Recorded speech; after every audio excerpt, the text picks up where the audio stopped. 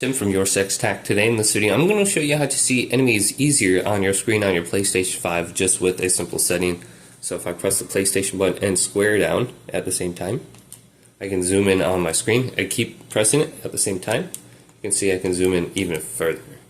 And then I can press X to confirm. And look how much more this is cropped in and zoomed in.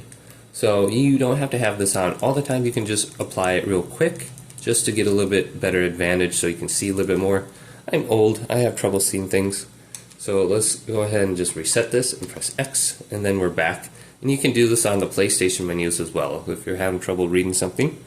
So boom, boom, boom, move around the screen, press X, confirm. Then we can press it again, press O to reset. Now to apply this, go up to settings, and then go on down to accessibility, display and sound, and go to zoom.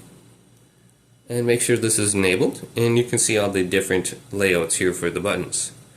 Press the PlayStation button square, and you should be good to go once this is enabled when you're in the game or the different menus now.